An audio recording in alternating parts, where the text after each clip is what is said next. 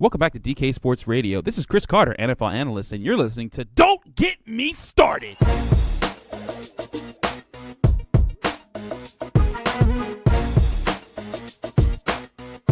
Don't get me started about Ben Roethlisberger, of course, commenting about Mason Rudolph. Yes, it is predictable that the starting quarterback will make a comment about the team potentially drafting that his heir. I almost said his or her, but then I forgot this is football. There are no women that play in the NFL. Anyways, man, that catches me all the time. Anyways, Ben Roethlisberger had some interesting comments during the week. First, it was reported on ESPN, then he followed up with an interview on KDKA-FM on Friday. He said, and I quote, this is just directly from it, he said, "I was surprised that the Steelers, took a quarterback because I thought maybe in the third round you can get some really good players that can help this team win now," said Roethlisberger. "Nothing against Mason. I think he's a great football player. I don't know him personally, but I'm sure he's a great kid. I just don't know how backing up or being the third guy who knows where he's going to fall on the depth chart, who knows where he's going to fall on the depth chart as a question, helps us win now. But, that's not my decision to make. That's on the coaches and the GM and owner and those kinds of things. So if they feel like he can help our team, so be it, but I was a little surprised." It's like, Ben, who cares if you're surprised, man? I get if someone asks you, but I just feel like, you know what, just say the part where he sort of clarifies his statement and says, you know what, they're the GMs and the coaches, they make this. That's all you need to say right there, because all this does is open up the can of worms that people are going to keep pressing out and say, "Ooh, Ben's feeling flustered by the team picking a quarterback." I'm not mad at Ben Roethlisberger for saying it. I just wish that he would realize that he doesn't have to say it right there. Yeah, everyone was thinking, the Steelers could have gone for a middle linebacker, a safety, or a running back, or a lineman that could have been, an interesting role player that developed into a starter and eventually did something for the team. But in effect, when you're in the third round, those, especially the later part of the third, that was the middle of the third round when they got him, but when you're in the third round period, you're getting to the point where those type of players that can contribute now aren't exactly there for the pickings. Yes, you can get lucky with some of the stabs and we went over a whole podcast on the Carter six pack here where we talked about the top six Steelers third round draft picks, and those were like Mel Blount, Hines Ward, Joey Porter, Jason Gilden, John Coleman, a name of the others, but you don't always hit on the third round. In fact, most teams don't hit on the third round. Occasionally, that's where you get your steals that shouldn't have been there. And the Steelers felt like the biggest steal was Mason Rudolph. My thing with this is that I think it's a legitimate question of fans to think, okay, was there someone there that could help the Steelers win now? And maybe there was. But here's the thing. Mason Rudolph is a quarterback that many people graded to be a late first-round pick, but the majority had him as a second-round pick, and somehow he found his way to the third round. If there's any chance the Steelers have at getting a top-tier quarterback in a draft, the Steelers needed to take it. Now, arguably, they could have made that move on Lamar Jackson in the first round when they instead chose Terrell Edmunds, the safety from Virginia Tech. But they felt like the value of Terrell Edmunds to their defense would be more important than getting that backup quarterback. So I think that right there should say something to Ben Roethlisberger that they are trying to win now, and it does make sense. And in fact, they went and got their backup tackle that's going to be challenging Gerald Hawkins later in the third round when they got Chukwuma Okorafor out of Western Michigan. And he's going to be on Carter's Classroom this week, but. That's just when you go into these things and you start questioning why did the GM do this and saying I'm gonna, and like his initial comment to Jeremy Fowler of ESPN was, "I'm gonna be around for another 3 to 5 years. The Mason Rudolph era isn't starting until then." Like nobody thought it was. Who in their right mind was thinking, "Oh, Mason Rudolph, that's the guy who's taking over Ben's job this year"? Nobody was thinking that, man.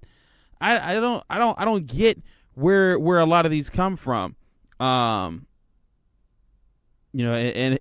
think right now where Ben Roethlisberger, where he went when he had to clarify his statement, that was the best place he went, because then he also said, I think the biggest thing is I need to get myself prepared to play, right? I mean, that's the first priority. In the past, I've helped Landry with stuff, I've helped Josh with questions, but first priority is getting myself ready to play, because as far as I know, I'm still the starter. As far as I know, come on, Ben. What do you mean as far as you know? You are the starter. You're the franchise quarterback, two-time Super Bowl champion. Got the guy that's been commanding this offense that people have been saying wow at for a few years now, but have been wondering why can't they get off the ground and become the ultimate undisputed number one offense with how many weapons that they have. And everybody, when they talk about this offense, the first person they point to is when it doesn't work is not Ben Roethlisberger. It's Todd Haley, and Todd Haley's gone because the thought, well, we don't know exactly why he's gone, but the presumed reason for him going is because he has not been able to unlock a full potential from Ben Roethlisberger. I do think that Todd Haley was a big help to Ben Roethlisberger because he helped him to get the ball out of his hands quicker, protect himself a little bit more, make more accurate decisions instead of trying to wing so many things as he did in the earlier part of his career. But the fact is that people weren't there weren't the rumblings of Roethlisberger needs to go. If anything, the only rumblings of Roethlisberger and going were coming from him because he said he wasn't sure if he was coming back in a year. He said I don't think I got it anymore. He made these comments that opened the door to say the Steelers should be considering his replacement. Whether or not he likes it, or whether or not he likes it right now is not the point. The fact is that right now he put a clock on himself when he said, I'm not sure when I'm coming back, and it's fine, but it's like you don't need to say that to the public. If you're gonna say it to the Steelers and be like, look, I'm on this fence, and this is where I'm at because I'm not sure about my body. And then you talk to Tomlin and the Rooneys and Colbert, and then they go into their decisions, and then they can calculate that. But when you go to the press with that, and it's kind of like, then it starts this whole swirl storm of things that people got to consider. People consider, Antonio Brown going on Facebook Live a problem. I argue that these kind of statements are just as problematic for the Steelers locker room at times because it forces questions that you're not sure if they should even be there. And I mean, this isn't unusual for Ben Roethlisberger, but I guess that's why I wish that it wouldn't happen anymore. If I'm sitting here, I'm thinking objectively as far as wanting to see this guy continue to grow. If you remember the young Ben Roethlisberger, this is the same guy that said that the Steelers needed to get a tall wide receiver, a tall playmaking wide receiver back in the mid-2000s or late 2000s when after Plaxico Burress left and all he had was Hines Ward and Antoine Randall. And Hines Ward was like, dude, you better like what you got here because you got some playmakers. And then this is also the same guy that came out and said that that the team practices too hard. Maybe because he said, look at Detroit, they don't practice as hard as us, and they don't get as many injuries as us. Maybe it's because we're practicing too hard. And it's like, do you realize that the Lions never win playoff games? Like, that's how are you comparing? He made that statement on the radio. I'm just like, why does Ben Roethlisberger open up about these different things? I don't get it. And it's okay if you want to say if you want to say, you know what, Mason's coming in. We look forward to seeing him, and I look forward to showing him how our offense works and getting into that. But you're the quarterback. These are things that you don't see. Other like the top tier quarterbacks, at least in my estimation, making those type of comments, like the Drew Brees. I don't hear Drew Brees coming out and saying if they go and draft his backup, saying something like that. And someone can fact check me. I'm doing this off the top of my head. I don't remember Tom Brady ever making a public comment about Jimmy Garoppolo when he was drafted to the team, and all the talk about how he was his successor and how much time did Tom have left. If it's obvious that he had some feelings about it because of the rumblings that have come since. But again, those were kept underneath the covers. They didn't surface in the media. They were things that developed behind the Patriots' doors, and then people have inquired and speculated about them.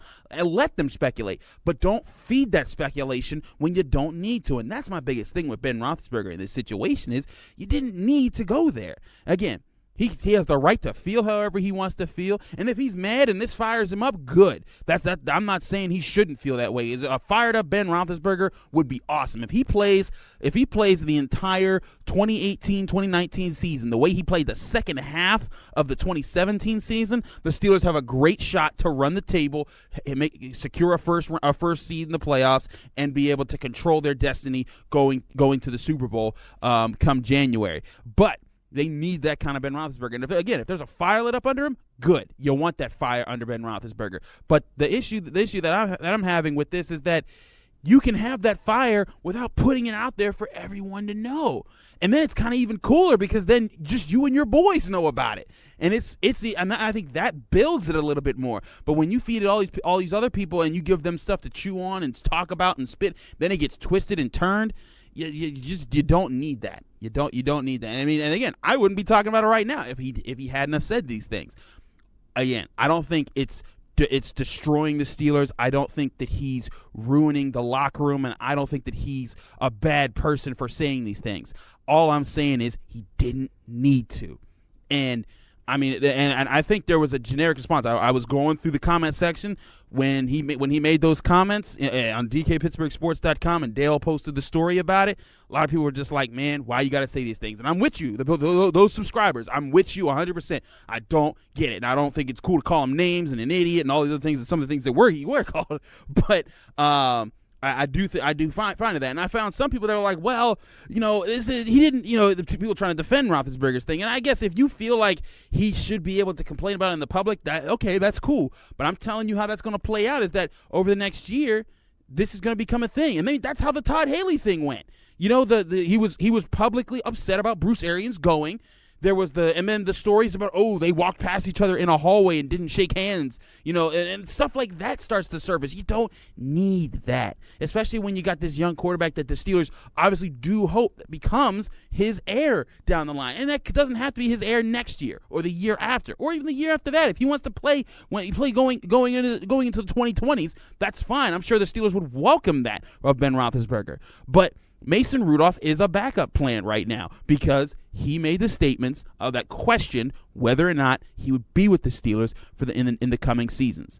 That's why I think he needs to accept where he's at, understand his past missteps, and handle them and basically adjust his approach to things based off of that. But he hasn't done that. He's still making these issues to the radio and to the press. But who knows? Maybe he can make it all irrelevant by having an MVP caliber 2018 season. But that's what got me started here on DK Sports Radio. Again, I'm Chris Carter, NFL analyst at DKPittsburghSports.com. I run Carter's Classroom. We break down film, X's and O's on the Steelers, their opponents, and everyone else in football, as well as NFL draftees.